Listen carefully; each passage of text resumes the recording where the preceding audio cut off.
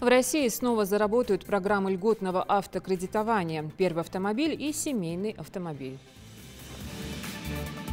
Расскажем о победителях всероссийского турнира по спортивной борьбе в дисциплине панкратион на Кубок губернатора Краснодарского края. Новогоднее представление на площади Алания подготовили для самых маленьких жителей Ингушетии.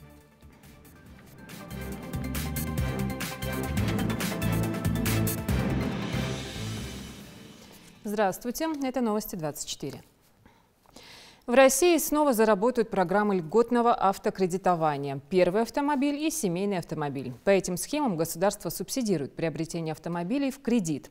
Но у программ имеется ряд ограничений. У граждан, покупающих автомобиль, он должен быть первым, либо семейным. Также машина должна быть российского производства.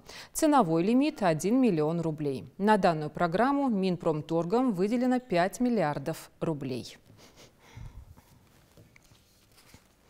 В Ингушетии проходит открытый шахматный турнир среди детей и взрослых памяти легендарного генерала царской армии Эльберта Нальгиева.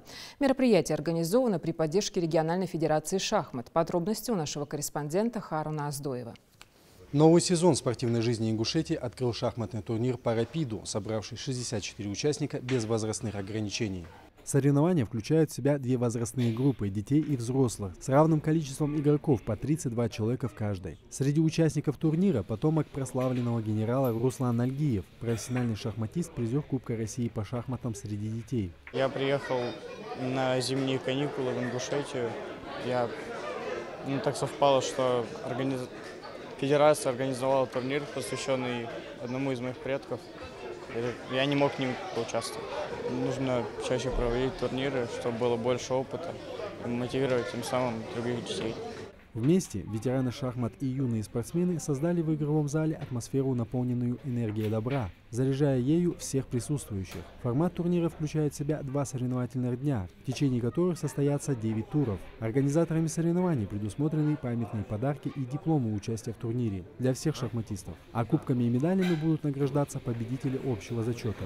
Главная у нас цель была для того, чтобы подрастающее наше поколение, молодые ребята, помнили своих предков, земляков, которые именно прославляли свой народ, не то что народ, даже и Россию. Участвует 5-6 человек, наших молодых ребят, которые тоже в последнее время очень увлекаются этими шахматами. И они даже именно нас даже просили, чтобы мы это провели. От турнира к турниру количество детей, вовлеченных в мир черно-белого королевства, все больше и больше. На старт этого новогоднего рапида вышли новые и пока еще не совсем опытные игроки. Одна из таких – Алина Баркинхоева, решившая посостязаться с целью отточить свое мастерство перед началом нового соревновательного сезона. А вот чего уже не отнять у ученицы шахматного клуба «Падишах», так это уверенности в своих силах и спортивной мотивации. Раньше я играла не так хорошо, как сейчас. И, наверное, была ошибка, что мы не так часто выезжали, как, допустим, осетины, с Чечни. Мы решили почаще выезжать, поэтому мы здесь, на турнире. Скоро мы выйдем в Москва-Оку, будем участвовать там.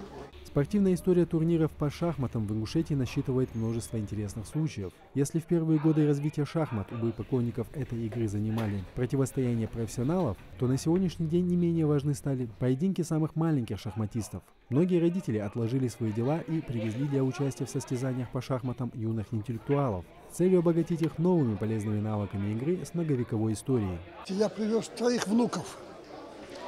Они играют в шахматной секции в Магасе у Эльжакиева Мусы. Приятно, что мои внуки тоже ходят посещать эту секцию и добиваются некоторых результатов. Мы с моим внуком были в Сочи на российском турнире, были в Грозном, были еще в других местах. По итогам первого соревновательного дня рано говорить о фаворитах и победителях, так как впереди еще 5 туров и финал, где все решится. Харун Аздоев, Асхат Белакиев, Новости 24. Уникальная архитектура древнего зодчества, удивительный ландшафт, чистейший воздух, радушные хозяева, вкуснейшая национальная кухня. Этим привлекают в Ингушетию многочисленных туристов со всех стран мира, только горная часть нашего региона. А ведь есть еще и не менее популярные равнинные достопримечательности. О том, каким выдался 2019 в плане гостеприимства, сколько путешественников уехало от нас с мешком впечатлений и чем еще мы можем привлечь любителей приключений, расскажет Тамерлан Хамхоев. У гостей республики Ингушетия уже не первый год ассоциируется с величественными горами, вековыми башнями и уникальной природой. Сотни тысяч туристов, посещающих наш регион, изъявляют желание вернуться сюда снова. Многочисленные туристические маршруты, список которых все еще пополняется, пользуются большой популярностью. 2019 год для Ингушетии стал очень успешным в плане развития туризма. Наше культурное наследие, наряду с природно-климатическими условиями, является основой для развития туристического комплекса. Туризм прочно занял позиции одного из ключевых направлений в развитии республики.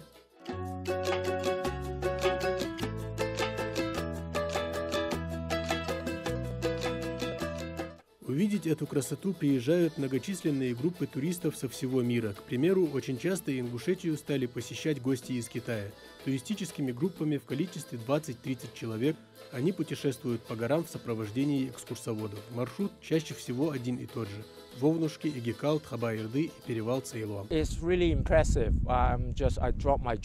Ингушетия произвела на нас огромное впечатление. Сначала мы побывали в башнях Эрзи. Это было потрясающе. Затем спустились сюда и удивились еще больше. Как люди могли здесь жить и как они построили эти сооружения. Мы очень довольны увиденным. Учитывая, что мы в Ингушетии в первый раз, я думаю, нам еще многое предстоит увидеть. По словам экскурсоводов, наибольший интерес у гостей из других стран вызывает ингушская башенная архитектура. Вековые каменные исполины, взметнувшиеся вверх, притягивают внимание туристов. Вчера буквально мы побывали не только на Эрзи, мы побывали и на Фуртокские водопады, на Ляжгинский водопад. Оттуда у нас осталось еще немного времени, и я показал им дополнительно еще башенный комплекс Бейни, от чего они были очень так уже радостны, были довольны увиденным и говорили, что таких мест они вообще нигде не видели. И в последующем они сказали, что вот этот башенный комплекс тоже мы включили такой туристический маршрут. И отныне они уже планируют дополнительно приезжать в нашу республику и с дополнительными новыми туристами. Что касается неизведанного, то недавно туристы и местные жители начали осваивать новый маршрут под названием Экачажинский водопад. Сегодня он крупнейший в Ингушетии, его высота 37 метров, ширина 7. Расположен в живописном ущелье, которое тянется вдоль лесистых склонов и холмов. В рамках развития экотуризма, который был отмечен как один из приоритетных в ходе послания президента России Федеральному собранию, республика будет продолжать эффективно создавать так называемые народные экотропы, которые существовали здесь во времена Советского Союза. Уже к 2024 году власти республики собираются разработать 18 туристических маршрутов и создать молодежный экоцентр на базе заповедника Эрзи в Джейрахском районе. Сейчас проложены специальные тропы для туристов с проблемами дыхания. В регион уже завезли около 40 лошадей для конных прогулок.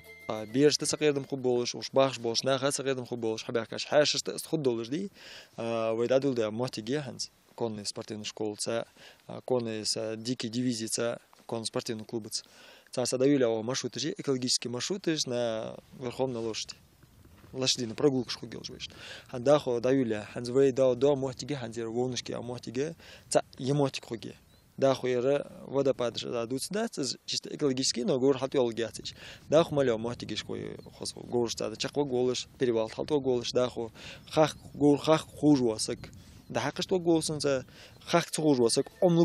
последние годы приобрели свою стабильную популярность всесезонный горнолыжный курорт Арымхи, туристические программы «Чайный экспресс», «Экспресс Кавказ», спортивные события «Битва в горах» и «Битва нартов».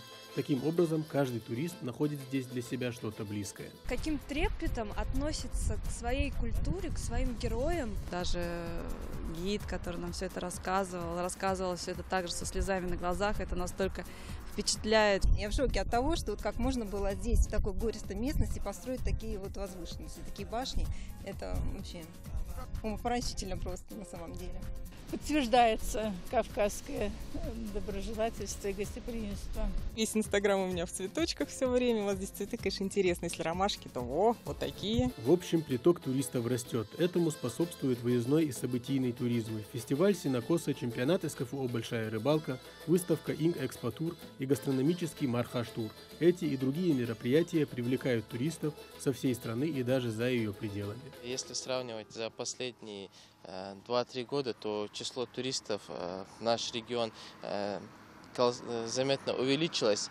Если в цифрах, если, например, позапрошлом году число туристов достигало где-то более 50 тысяч туристов, то на сегодняшний день эта цифра достигает больше 150 тысяч.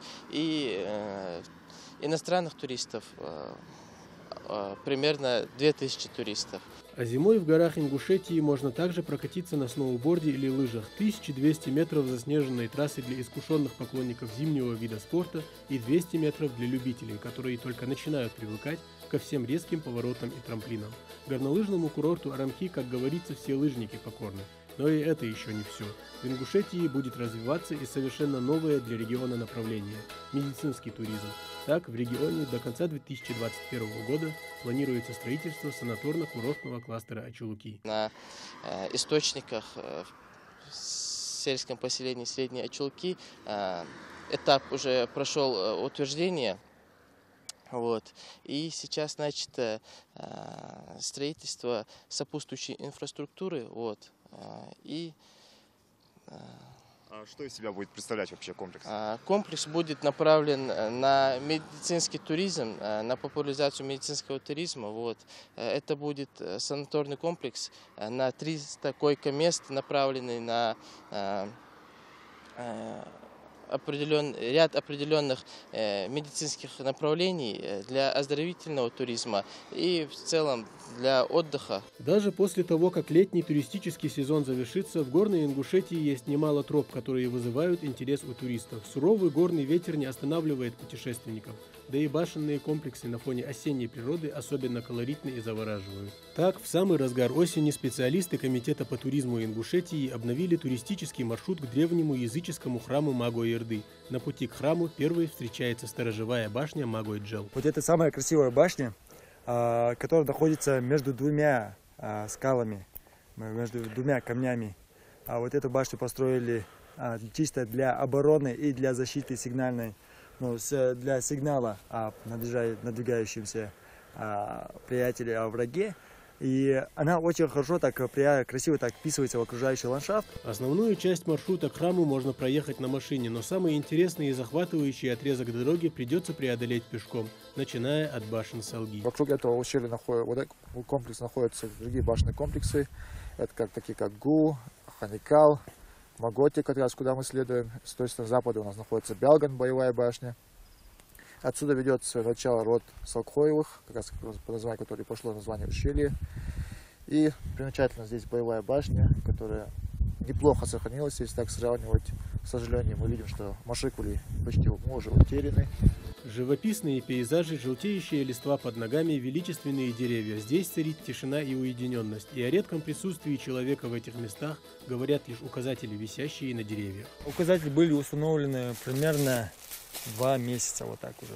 И путь был реально непредсказуемым, так как этот маршрут, эта тропинка, здесь нет, буквально в смысле нету тропинки, здесь уже нет таких больших потоков туристов, поэтому нам уже пришлось брать с собой людей из нашего комитета, из нашего министерства, да также и местных жителей, которые знали изначально местонахождение Магой-Эрды. И из их слов мы пытались, целый день ушло уже на то, чтобы найти этот храм. Мы все-таки умудрились, у нас это получилось. И для нас это был уже большой опыт. Большинство туристов при посещении лесистой части горной Ингушетии думают, что им могут встретиться дикие животные. Это особо не туристическое место, как мы заметили уже, да? Да. Поэтому здесь большинство своим бродят наши друзья-медведи, волки. Ну и мы с вами. Медведь, когда он чувствует, человек он убегает. Поэтому наши медведи, видите, вот столько у нас фруктов, боярышника, малины, барбариса. Им есть чем питаться помимо человеченки, да? Питаться, да, поэтому нам не надо волноваться, и туристам тем более. И у них Вот из-за того, что очень большой такой рацион, хорошие корма, у них лоснящая шкура прям буквально. Самое примечательное при прохождении маршрута Маго-Эрды – это здоровая экологическая обстановка и идеальное санитарное состояние здешних мест. Нет фантиков или выброшенных бутылок. Нашим комитетом проводится большая работа по благоустройству. И вот недавно благоустроили вот этот маршрут. Как видите, у нас находятся здесь знаки, специально все его сделали. И так как у нас, опять же, комитет снова воссоздан, будем проводить вдвойне, втройне вот эту работу. При выходе на гребень горы остается пройти несколько сотен метров. Храм Маго-Эрды находится на труднодоступной с одной стороны скале. Относительно датировки все еще ведутся расследования. Храм был построен, согласно преданиям, на рубеже 13-14 века. А также, опять же, есть некоторые ученые, которые говорят, что храм был христианским.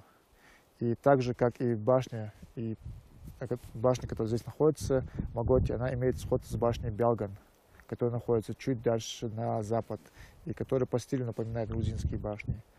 То есть это значит, что получается, что Маго был как раз родом либо с Грузии, либо дальше на юг. При посещении храма Маго-Эрды туристы, разумеется, не придают сакрального значения этому сооружению. Из-за того, что храм находится в труднодоступном месте, его практически не коснулась печать времени.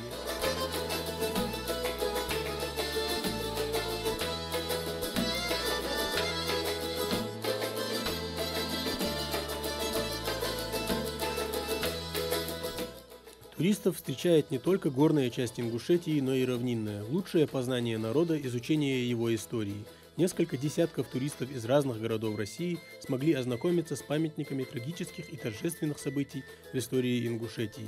Мемориал памяти и славы – одна из самых главных достопримечательностей региона и излюбленное место туристов. Ведь здесь запечатлены самые значимые страницы истории нашего народа. В основном это отдыхающие из санаториев. Татьяна Шубина в нашем регионе впервые, но уже отзывается о нем с теплотой. Прекрасные места, дружелюбные и отзывчивые люди, первые впечатления о республике, как и о мемориальном комплексе, самые приятные. Очень красивое мемориальное место, и действительно для потомков это очень важно. Ну и для нас тоже, которые многие эти события знают не понаслышке, это все на наших глазах происходило. Ну, для меня, во всяком случае, кроме Великой Отечественной войны. Чернобыль и все остальные события – это события нашей истории, нашей жизни, которую мы прожили вместе большой страной. Мне очень сильно понравилось. Это такая архитектура, это такой труд, наверное, долгих лет создать. Как нам уже экскурсовод сказал, что до этого на этом месте просто был пустырь. И, как говорится, грубо говоря, с нуля вот этого создать, это вообще это очень красиво. И все-таки почтить память – это очень, должен каждый. Для приезжих гостей мемориал памяти и славы как одна большая книга об истории Ингушетии, а каждый памятник целая глава. На то, чтобы осмотреть весь комплекс, туристам отводится всего час, но они уезжают отсюда с намерением обязательно вернуться. Очень хочется подробнее традиции, обычаи, потому что это самое интересное, что может быть. Да, вот как бы в город какой-то посетить, чтобы там посмотреть, действительно вообще посмотреть, чем живут природу люди. Подробнее рассмотреть, изучить. Тут очень много всяких впечатлений можно. К сожалению. Какой-то кусочек, то есть очень ценный объект, конечно же, не говорит же полностью о всей республике. Впрочем, величественные памятники архитектуры, живописная природа и неизменное кавказское гостеприимство круглогодично влекут в наш регион не только российских, но и зарубежных туристов. Вот и гости из Израиля, не успев переступить территорию комплекса, приветливо машут в объектив камеры. Раз в неделю у нас есть самолет, который летает из Тель-Авива в Минводы. И у нас группа начинает из Пятигорска и заканчивает в Грозном. Обязательная часть – это Ингушетия. Скажем так, как отзываются туристы? Очень нравится, все очень нравится. Особенно то, что дружелюбные люди здесь приветливые. И у нас вообще цель привести сюда чем больше людей. У нас примерно 2 миллиона мы хотим привести в год. Открываем еще рейсы. После экскурсии памятники для туристов приобретают свой необычный смысл. Появляется желание не просто любоваться достопримечательностями, но и с большим интересом изучать их.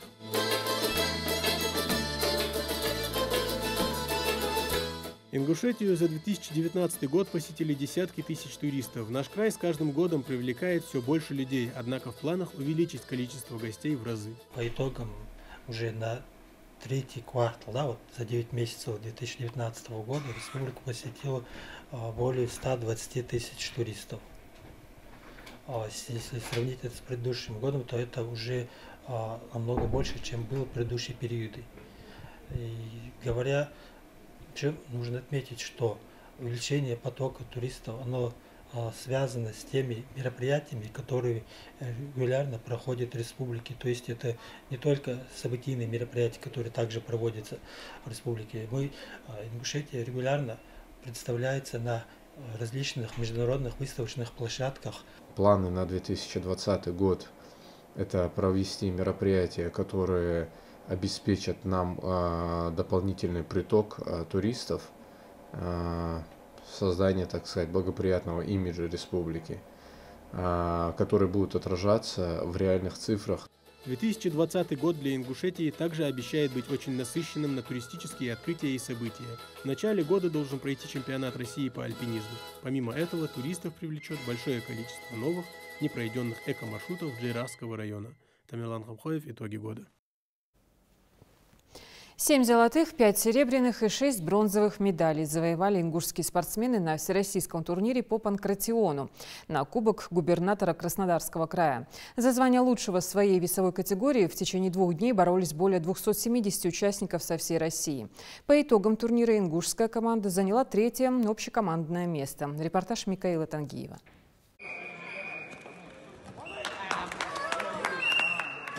Поздравления с победой от товарищей по команде после каждого удачного приема или броска для Магомеда Мальсагова звучат как стимул продолжать в том же духе. На соревнованиях в Краснодаре он выступил в весовой категории до 92 килограмм и уверенно обошел своих оппонентов. Учитывая, что Магомед борец с 12-летним стажем, во время тренировок в основном пришлось отрабатывать ударную технику. Упорный труд в зале в итоге принес свои плоды. На 100% соперник. Ночи вар, шала вар, армян вар. Первый бой ночи травмерцу, лоту гурвацер. Шала армян 16-4 счете уж досрочно коте арсу. Следующий чемпион по спортивной борьбе в дисциплине панкратион Джамал Цичоев. На этих любительских кадрах он выступает в красном. Парень уже не первый год показывает свои умения на крупных республиканских и всероссийских турнирах, а за плечами не один десяток комплектов наград. Вот и на этот раз эту связку дополнило золото соревнований. Было тяжело одно, что мне пришлось драться втором дне турнира. Первый день у меня был свободен, так как я попал в полуфинальных схватках. И так получилось, что пришлось целый день нервничать, переживать и готовиться на следующий день. И хорошо подготовился, морально вышел, досрочно выиграл 2 схватки. Очень часто многие ребята переходят из одного вида спорта в другой. Это хорошая практика, ведь каждый стремится развивать себя в том или ином направлении. К примеру, победители турнира Ислам Цакиев и его тезка Ислам Аушев успели попробовать себя на поприще нескольких видов единоборств, а в будущем оба видят себя в смежных единоборствах. Бокс подтянутый, сузидое бокси, аж М1 ахлягаус. М1 да. Дука М1. Аж кумириш боузиш биган. Не буду мозг его. Ой, мусор, тархал. Не докасы стойк отработать, а борьба его just базу борьбы тоже стойк отработать. Я вахлыч мышти, планы шпуделер хава. Я вахлыч, эмой начал дебюти. Многие из отличившихся на турнире ребят проводят свои тренировки в стенах бойцовского клуба «Малгобек». Тренер Башир Гагиев подчеркивает, они не ставили перед ребятами конкретных целей. Нужно было показать свой максимум, что в принципе и сделали воспитанники клуба. Была цель выигрывать, максимально выигрывать, занять призовое командное место. Так получилось, что мы заняли 3-е общекомандное место, подготовились, выступили, довольны результатом. В свою очередь, президент Федерации по панкратиону Ингушетии Аптий Эндиев отметил, с каждым новым турниром уровень подготовки наших спортсменов становится выше. Если раньше было сложно конкурировать с соперниками из соседних регионов, то теперь все на равных. 3-е общекомандное место – это скорее результат численного преимущества других участников команд, считает он. На такое количество и качество соперников, честно говоря, я не рассчитывал. Вот Башир подтвердит, действительно, бойцы этому живые свидетели. Практически в каждом весе по 4, по 3 фаворита было. А так выступили ребята отлично, показали очень конкурентную борьбу. Организаторы были впечатлены и выступлением и ингушской команды, и чеченской команды, тем, что мы настолько опередили всех тех, кто обычно ранее занимал эти 2-3 места. Все это было. Впереди у ребят еще немало крупных и престижных турниров. В 2020 году в республике пройдут отборочные соревнования на Кубок СКФО, поэтому расслабляться рано. Впрочем, на новогодних каникулах можно немного отдохнуть, но затем снова в бой. Михаил Тангиев, Магомед Дидигов, Новости 24. Закружила новогодняя чехарда маленьких участников сказочного представления. Его подготовили в Магасе на площади Алания. Конкурсы, хороводы, танцы вместе с Дедушкой Морозом и его внучкой. И, конечно, подарки. В репортаже Дианы Дударовой. На площади Алания настоящая новогодняя сказка. Сегодня сюда прибыли Дед Мороз со Снегурочкой поздравить детей и устроить незабываемый зимний праздник. Ой, девочки, сейчас громче, мальчик, давай. Сегодня детям некогда скучать. На площади развернулись игры, пляски, хороводы. К активному веселью, несмотря на преклонный возраст, подключается и Дедушка Мороз. Танцуют и не дают скучать детям также аниматоры. Так и холодная погода нипочем. Ну и о мерзлячках позаботились. Не отходя далеко, можно согреться горячим кофе. Здесь также есть возможность перевоплотиться в любимого персонажа с помощью чудесных кистей, лисицы, мастерицы по аквагриму. Этих праздников дети ждали давно. Веселье заслужили по праву. Контрольные сданы, вторая четверть закрыта. Теперь можно смело отправляться на все новогодние торжества. И, судя по их настроению, январские каникулы 2020-го запомнятся надолго. Танцевали, и Снегурочка, и Дед Мороз пронались. Пыхнет ярко, небеса гонят звезд, не приходит без подарка добрый Дедушка Мороз. Праздник очень, мне нравится, он очень красивый, видно, что люди старались. Всем с Новым годом желаю счастья, здоровья, чтобы были здоровые. Очень понравилось, как мы танцевали, как мы делали какие-то проекты, викторины. И я пришла со своей мамой. Организаторами праздника стали администрация Магаса совместно с Центром культуры, спорта и туризма. Общими усилиями сотрудников постарались отправить детей в новогодние приключения и создать для них праздничную атмосферу. Решили провести подобное мероприятие. Детям подготовили подарки, выступления различные. У подножия елки сегодня собрались не только дети, но и их родители. Благодарны, что власти города порадовали детей и постарались устроить им запоминающиеся каникулы. Пришла с племянником, конечно.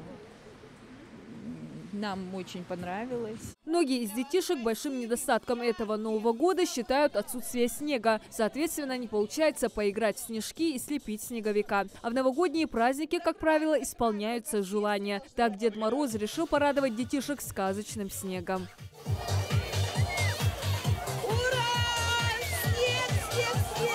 Новогодний конфетти дополнил сказочную атмосферу, воцарившуюся на площади Алания. На этом сюрпризы от Деда Мороза не заканчиваются. Никого из детишек сказочные герои не отпускают без подарка. Так новогодняя сказка заканчивается, оставив массу теплых эмоций. Перед тем, как Дед Мороз и Снегурочка покинут столицу республики, дети решили запечатлеть этот зимний день памятным фото. В общем, праздником юные жители республики остались довольны. Диана Дударова, Тамерлан Ужаков, Новости 24. Следите за новостями на канале Ингушетия и до встречи в эфире.